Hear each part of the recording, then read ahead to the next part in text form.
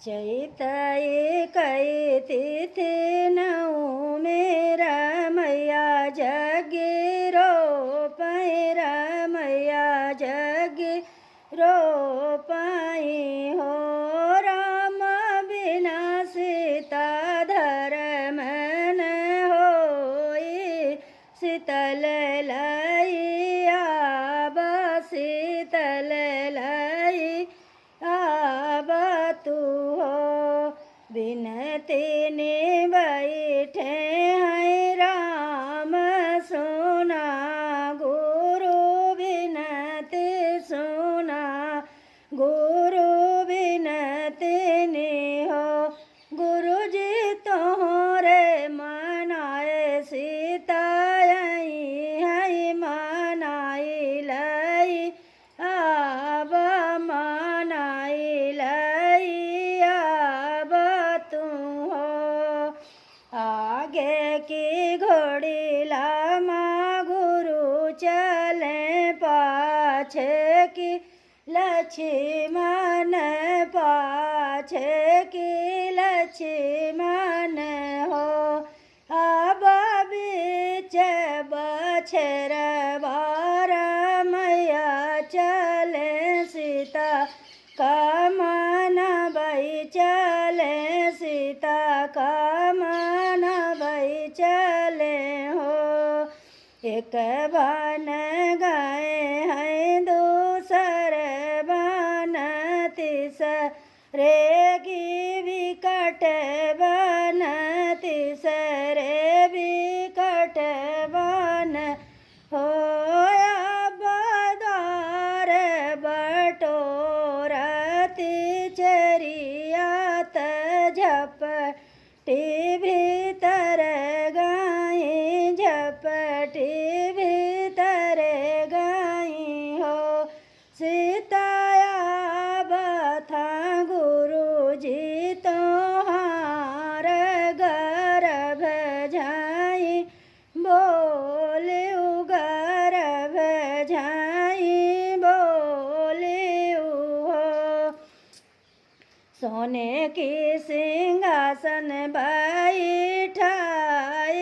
चरण धाई टेक्यू चरण धाई टेक्यू हो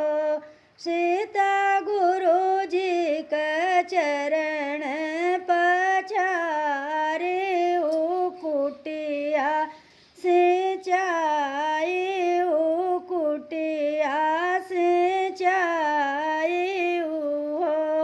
सीता सोने रूपे आरती सजाई गुरु का उतारे गुरु का उतारे हो सोने की सिंहासन बैठाइन चरण सीता टेकई चरण सीता टेकई हो आब गुरु जी का चरण धोबा माए कुटिया सिंचा माए कुटिया सिंचा माई हो सोने रूपे सजई हो आरतियात गुरु का उताराई गुरु का उताराई हो आबा गुरु जी शीतल जब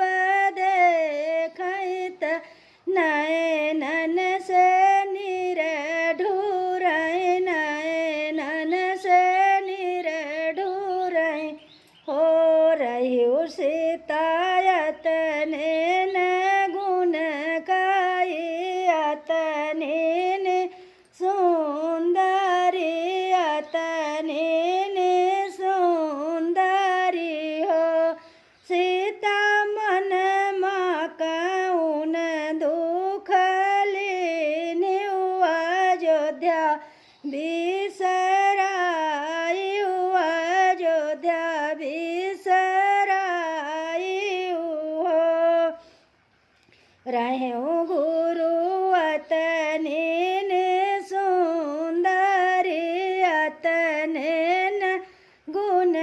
काई अतने न गुण काई हो गुरु जी घर भी विपति प्रभु ने कारनिया अयोध्या कैसे चित अयोध्या कैसे चित